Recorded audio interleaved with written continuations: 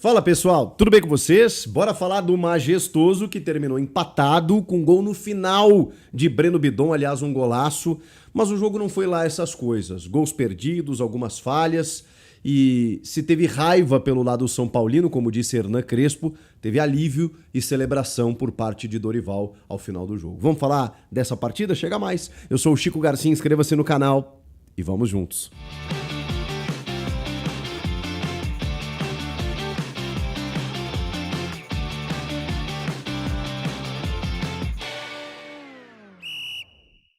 É claro que com um gol no final, a equipe que empata, ela sai um pouco mais satisfeita do clássico, porque o São Paulo estava vencendo até os 89 minutos de jogo, né? Os 44 do segundo tempo, o São Paulo vencia o jogo na Neoquímica Arena.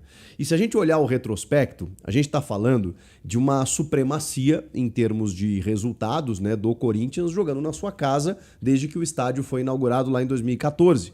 São 22 majestosos, são 22 clássicos com apenas uma vitória do São Paulo, que aconteceu em 2024.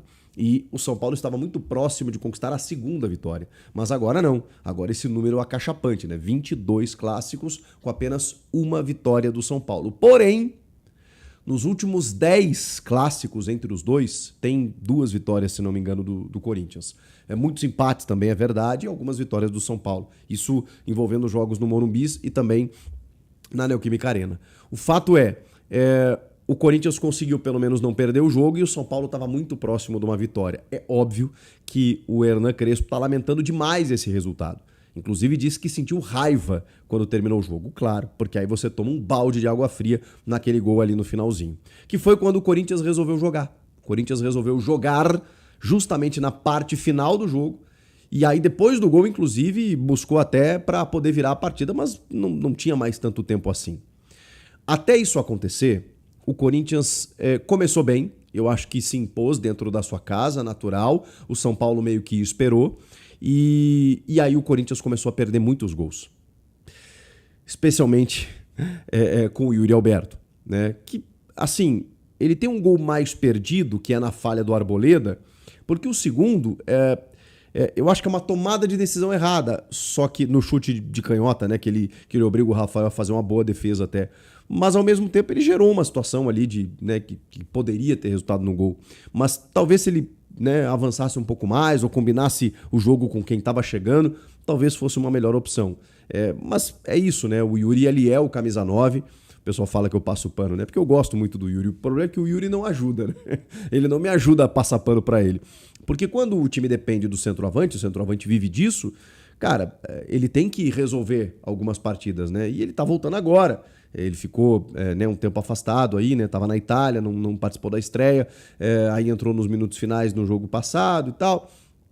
E agora, começando o jogo, poxa, num clássico, onde ele tem um retrospecto positivo, a bola do Arboleda tava em cima dele ali, né? E aí ele acabou cabeceando por cima e depois tem esse chute cruzado. Aí o Mateuzinho perde um gol, né? Chegando na cara do goleiro, ele tira demais.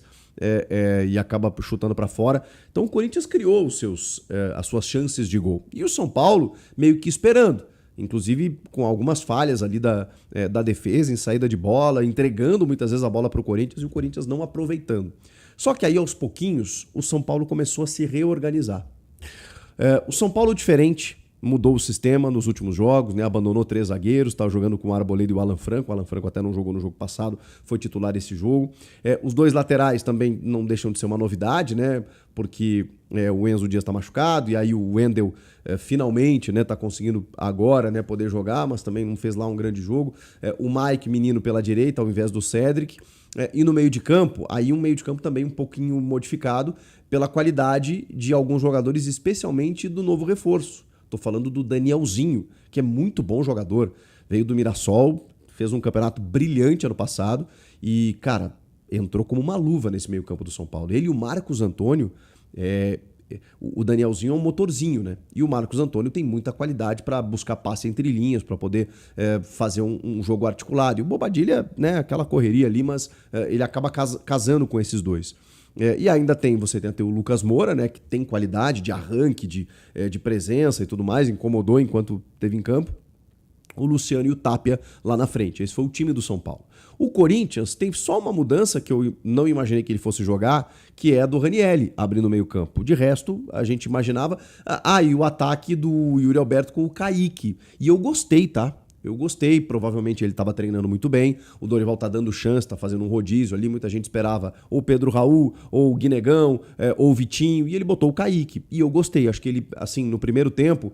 especialmente, né, que foi quando ele jogou, ele acionado deu conta ali naquele jogo de beirada, né, de tentar fazer alguma jogada ali para poder associar. Não que ele tenha feito um jogo brilhante, mas assim, é um menino que daqui a pouco pode ter mais oportunidades porque de todos ali foi o que menos recebeu, né? O Vitinho tem sequência, às vezes o Guinegão teve muita lá atrás, depois não mais. Provavelmente o Dorival percebeu que o Kaique pudesse receber uma chance. De novidades foi isso, né? O Breno Bidon na articulação ali, o Carrilho mais à direita, dentro da posição dele, mas tá difícil, né? O Carrilho e o Ranielli também. Acho que o Ranielli ainda carece, né, de uma melhor condição física, talvez até clínica, né, porque ele estava parado, né, e aí voltou nesse jogo, mas talvez ele não estivesse 100%, e o mesmo vale para o Carrilho. O Carrilho teve uma lesão muito grave ano passado, ficou muito tempo afastado, 8 meses, voltou até antes do previsto. A gente imaginava, ele vai ajudar na reta final, e ele não conseguiu ser aquele jogador antes da lesão. Quando ele foi no ano de 24, no primeiro semestre do ano passado até o título paulista, depois ele acabou sucumbindo. Assim. O Carrilho ele tá muito travado. Eu sou muito fã do Carrilho, eu acho que o futebol dele é apaixonante assim, pela qualidade técnica que ele tem, desenvoltura. Só que ele tá num ritmo... Ele sempre teve uma rotação abaixo dos demais, mas compensava isso no talento. Hoje tá difícil. Ele às vezes entrega algumas bolas, erra alguns passes bobos. Ele não tá conseguindo ser o cara que ele já foi em termos de influência para o time. E eu não sei, daqui a pouco, né, dá um tempo maior de recuperação para ele. Por isso até o time precisa ser reforçado para que o Dorival, nessa sequência insana de jogos, consiga revezar todo mundo. Vamos ver o que acontece na sequência aí, mas esse foi o Corinthians, esse foi o São Paulo. São Paulo, depois desse ímpeto inicial do Corinthians, se reorganiza e aí o São Paulo começa a chegar, e aí tem o erro do Carrilho na origem do gol, do cruzamento do Danielzinho, com muita liberdade inclusive, para o Tapia cabecear no meio da área com igual liberdade, na mão do Hugo Souza, que para o nível do Hugo é uma bola defensável, e o São Paulo abriu o placar dentro da Neoquímica Arena ainda no primeiro tempo. Então, assim, o gol, ele é resultado, obviamente, de mérito do São Paulo, que ali já avançava as suas linhas, já se compactava e organizava para poder pressionar um pouquinho o Corinthians e sair lá do campo defensivo, onde o Corinthians só atacava. De repente, o São Paulo começou a tomar conta do jogo. E quando faz o gol, já merecia esse gol. Já tinha chegado em outras oportunidades. E aí você tem uma sequência de falhas também do Corinthians, de posicionamento, de entrega de bola e tudo mais, em que acaba resultando no gol do São Paulo no primeiro tempo. Vem o segundo tempo, São Paulo segue organizado e o Corinthians com muitas dificuldades. E aí o Dorival começa a fazer as suas trocas e tudo mais para tentar uma movimentação diferente. E aí tem um jogador que para mim muda a característica do jogo, que se chama Matheus Pereira. Eu não sei... o que esse rapaz pode e deve jogar no Corinthians. Não sei.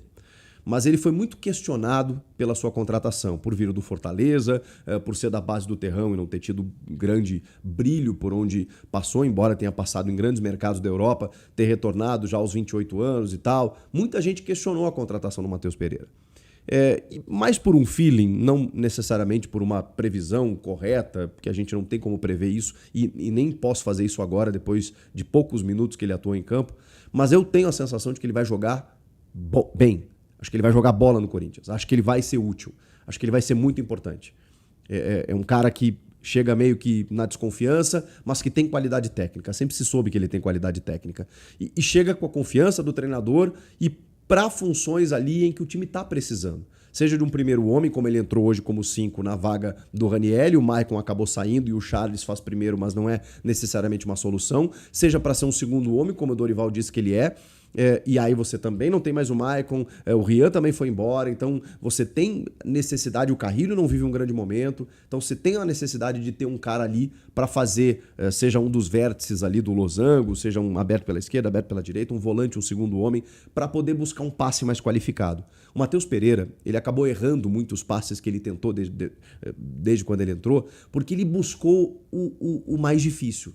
Ele buscou o diferente. Ele buscou uma jogada por dentro que pudesse entrar, por exemplo, como aconteceu no Pedro Raul, que estava entrando ali mais como um pivô naqueles minutos finais.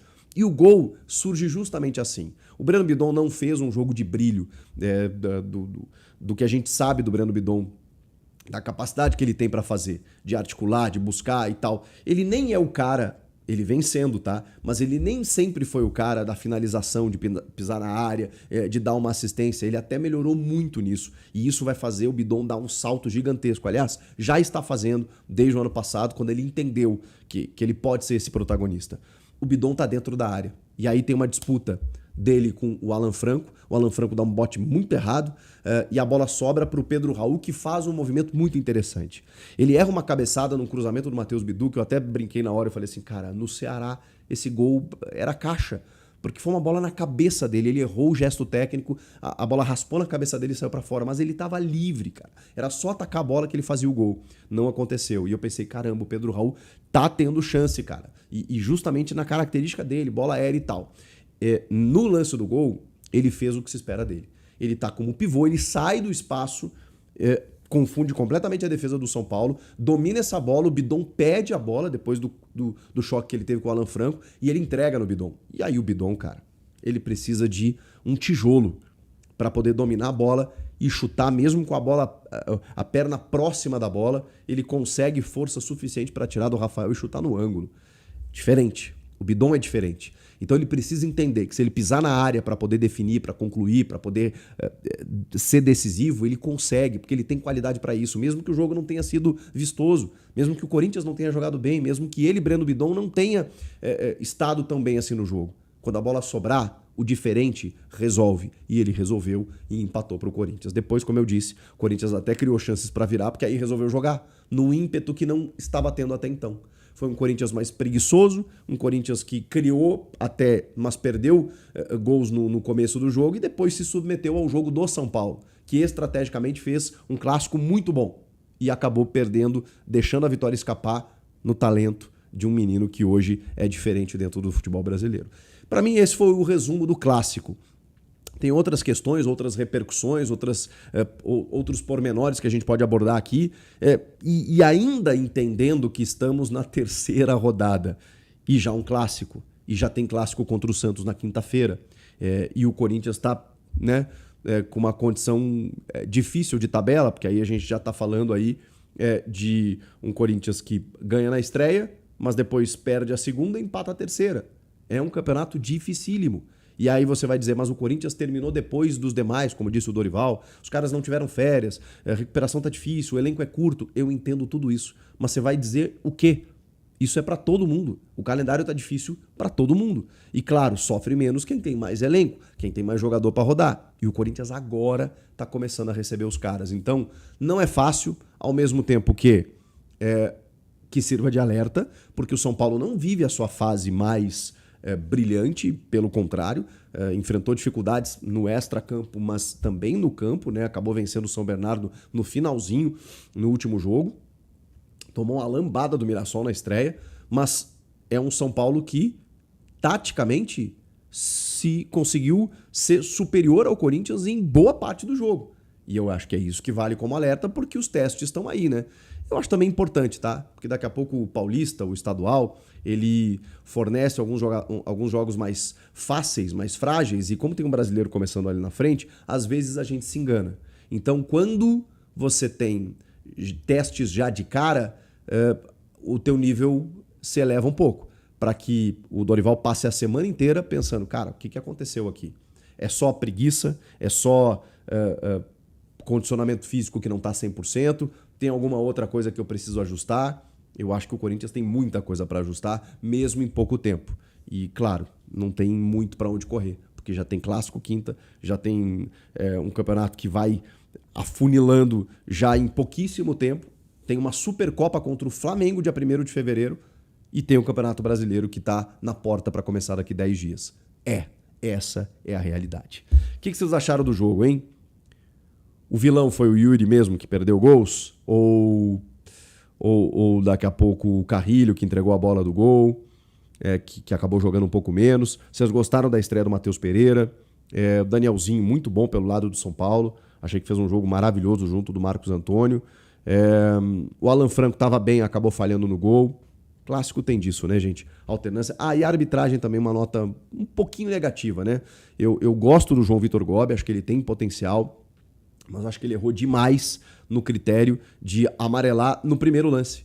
Num primeiro lance que não era para amarelo, e depois ele deu um amarelo pro Yuri, que ele tenta acertar a bola e acaba atingindo o adversário e tal, mas um lance completamente fortuito, que ele concede o amarelo também.